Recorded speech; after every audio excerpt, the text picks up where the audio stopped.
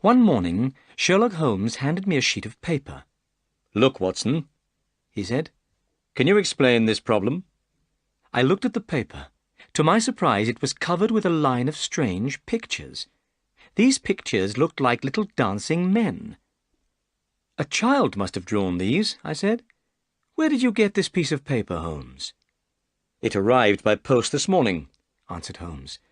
"A man called Hilton Cubitt of Riddling Thorpe Manor in Norfolk sent it to me. Mr. Cubitt is coming to see me today." "There's a ring at the doorbell, Watson. Perhaps that's Mr. Cubitt now."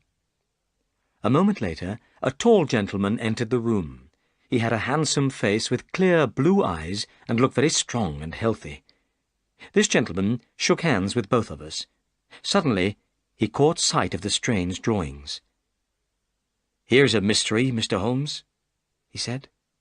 "What do you think of these drawings?" "They look like children's drawings," replied Holmes. "But why do you think they are important?" "I don't, Mr. Holmes. But these drawings are making my wife very frightened. That's why I've come to see you. I want to find out what they mean." Holmes held up the paper, so that the sunlight shone through it. It was a page torn from a notebook, and the markings on it looked like this. Holmes examined the paper carefully. Then he folded it up and put it in his pocket. "This is a most interesting and unusual case, Mr. Cubitt," he said.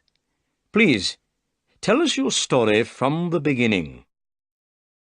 The picture sequence from the cinema has finished. You can look at it once more if you want. "I'm not very good at telling stories," said Mr. Cubitt. "But first, I want to explain something. I'm not rich, but I come from a very old and well-known family. My family's lived at Riddling Thorpe Manor in Norfolk for nearly 500 years. Last year, while I was visiting London, I met an American lady called Elsie Patrick.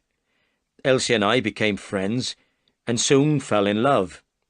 I didn't know anything about Elsie's family or her past life, but I decided to ask her to marry me. The day before our wedding, Elsie spoke to me. "I've had some very sad things happen to me in my past life, Hilton. I've done nothing wrong, but I wish to forget my past. Please promise me you will never ask me anything about it. If you're unable to make this promise, then please go back to Norfolk and leave me." So, I promised Elsie I would never ask her anything about her past life. We've been married for a year now, and we've been very happy. During all this time, I've kept my promise. But one day, about a month ago, my wife received a letter from America. I saw the American stamp. She read the letter and her face turned white. Then she threw the letter in the fire. She said nothing, but from that time there's been a look of fear on her face. Mr. Holmes, my wife is a very good woman. I'm sure she's not done anything wrong in her past life. But Elsie knows I am very proud of my family. My family's long history is very important to me. She would never do anything to upset me.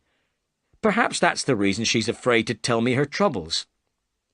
"Please go on," said Holmes. "Well," continued Mr. Cubitt, "yesterday morning a strange thing happened. I found this piece of paper lying on the sundial in the garden. At first, I thought it was a child's drawing. But when I showed the paper to Elsie, she fainted. Since then, she has seemed like someone in a dream, and there's terror in her eyes. I didn't know what to do. If I took the paper to the police, they would laugh at me. So I came to you. Mr. Holmes, please help me. I'm not rich, but I'll spend all my money to protect my wife from danger." I was sorry for Mr. Cubitt. He was a good man, and I saw that he loved his wife very much. Holmes did not speak for some time. "Mr. Cubitt, don't you think," he said at last, "you should ask your wife to tell you everything?" "But I promised Elsie I would never ask her about her past," replied Hilton Cubitt. "If she wants to tell me something, she will, but I will not ask her to tell me." "I'll be pleased to help you," said Holmes. "I believe there is a meaning in the pictures of the dancing men, but I need more information before I can say what it is. Go back to Norfolk. If there are any more pictures of dancing men, make a copy of them for me. If anything important happens, I'll come to Norfolk at once." The picture sequence from the cinema has finished. You can look at it once more if you want. During the next few days, Holmes was very quiet. Several times he looked at the paper with the dancing figures on it. Then, one afternoon, about a fortnight later, we had another visit from Mr. Cubitt. He seemed worried and tired. "My wife hasn't told me anything yet, Mr. Holmes," he said. "But I have more pictures of dancing men, and more important, I've seen the man who draws them. But I'll tell you everything that has happened. The morning after I visited you, I found another line of dancing men. They were drawn with chalk on the tool house which stands in the garden, near the house. I made this copy." Hilton Cubitt unfolded a paper and laid it on the table. "Excellent," cried Holmes. "Please, go on." "After I made the copy," continued Mr. Cubitt, "I cleaned off the marks. But 2 days later, another drawing appeared. Here it is." Holmes was delighted. "We're beginning to get a lot of information," he said. "I decided to find out who was drawing these pictures," went on Hilton Cubitt. "So the next night, I took my gun and sat beside a window which looks out onto the garden. At about 2 o'clock in the morning, my wife came into the room. She was wearing her night-clothes. She asked me to come to bed, but I refused. 'No, Elsie,' I said. 'I want to see who is drawing these pictures.' Suddenly, I saw Elsie's face turn very white in the moonlight. She was looking out of the window. I looked out of the window, too. I saw something moving near the tool-house. A dark figure came slowly round the corner of the tool-house and stopped beside the door. Immediately, I picked up my gun. I wanted to run out of the house, but my wife caught me in her arms and held me back. By the time I got outside, the man was gone. On the tool-house door was the same drawing I copied before. I looked everywhere, but I couldn't find the man. However, in the morning, when I looked at the tool-house door again, I saw a second line of dancing men.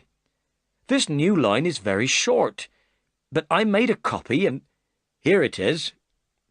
Hilton Cubitt gave another piece of paper to Holmes. I could see that Holmes was very excited. "Tell me," he said, "was this second line of figures separate from the first?" "It was on a different part of the door." "Excellent," cried Holmes. "This last drawing is very important. It makes me feel hopeful. Please, continue your interesting story." "I've nothing more to say," replied Hilton Cubitt, "except I was angry with Elsie for holding me back. I'm sure she knows who this man is and what these pictures mean. Now I must go back to Norfolk. Elsie is very frightened, and I don't want to leave her alone at night."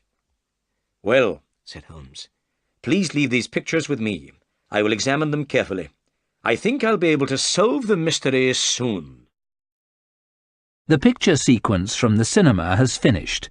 You can look at it once more if you want. As soon as Hilton Cubitt left the room, Holmes ran to a table. He put all the papers with pictures of dancing men on the table. He began to examine them carefully. For the next 2 hours, Holmes worked hard examining the papers. At last, he jumped up excitedly. Then he sat down again and wrote out a long telegram. "As soon as we get an answer to this telegram, Watson," he said, "we'll visit Mr. Cubitt in Norfolk. I have some important information for him." I was very curious about the telegram. I very much wanted to know what Holmes had found out about the meaning of the dancing men. But I didn't ask any questions. I knew Holmes would tell me when he was ready. 2 days passed. Then, on the evening of the 2nd day, Holmes received another letter from Hilton Cubitt. In this letter, Mr. Cubitt said he had found a new drawing of dancing men. He had found the drawing that morning on the sundial in the garden. Mr. Cubitt had made a copy of the drawing in his letter. Holmes examined these pictures carefully. Suddenly, he jumped up. "We must go to Norfolk at once, Watson," he said. At that moment, a telegram arrived for Holmes. It was the answer he had been waiting for. Holmes read the telegram, and his face looked serious.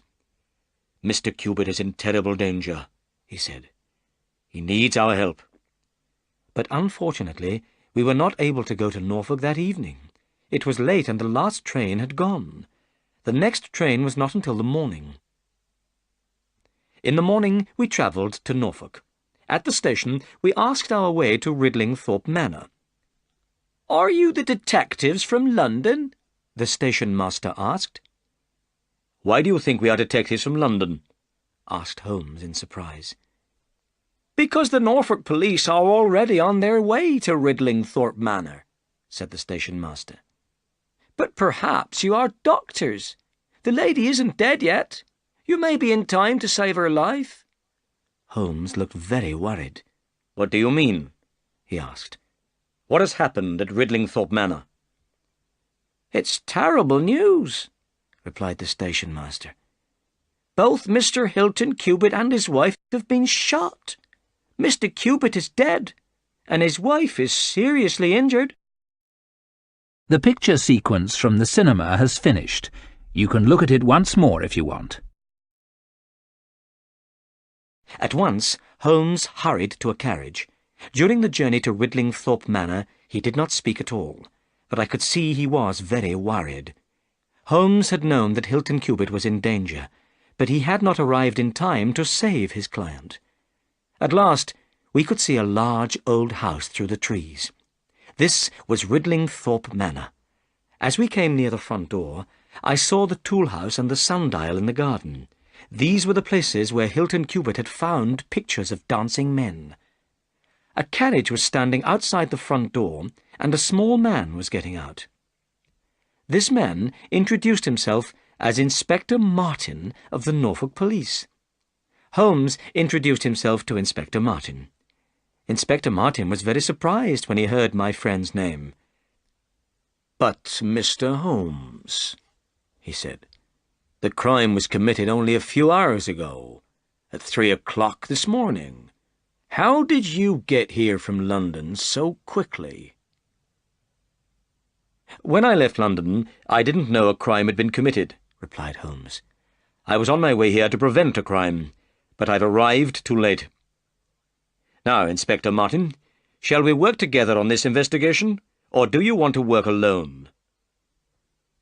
"I'd be very pleased to work with you," replied the inspector. "Good," said Holmes. "Then let's try to find out what happened." At that moment, the doctor, an old white-haired man, came downstairs from Mrs. Cubitt's room. The doctor said the lady was very badly injured, but that she would not die. The bullet which wounded Mrs. Cubitt had gone into her brain. The gun which fired the bullet had been very close to her. Hilton Cubitt had been shot through the heart. A gun had been found lying halfway between the two bodies. 2 shots had been fired from the gun. But we did not know if Mrs. Cubitt had shot her husband first and then shot herself, or if Mr. Cubitt had shot his wife and then killed himself. "Has Mr. Cubitt's body been moved?" asked Holmes. "No," replied the doctor. "We had to move the lady. We couldn't leave her lying injured on the floor." "Who found the body?" 2 of the servants," said the doctor. "Then let's hear their story," said Holmes. The 2 women told their story very clearly. They had been awakened from their sleep by a loud noise. A minute later, they heard another noise. Both women ran downstairs from their rooms. The door of a downstairs room was open, and Mr. Cubitt lay dead on the floor. Near the window, his wife was sitting with her head against the wall. One side of her face was red with blood. The window was shut, and the room was full of smoke and the smell of gunpowder.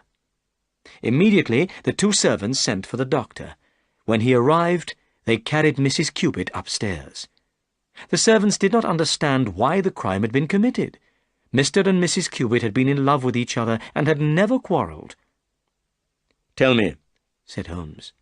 "when did you first notice the smell of gunpowder?" "When we ran out of our rooms upstairs," replied the women. "Good," said Holmes. "Now let's examine the room downstairs."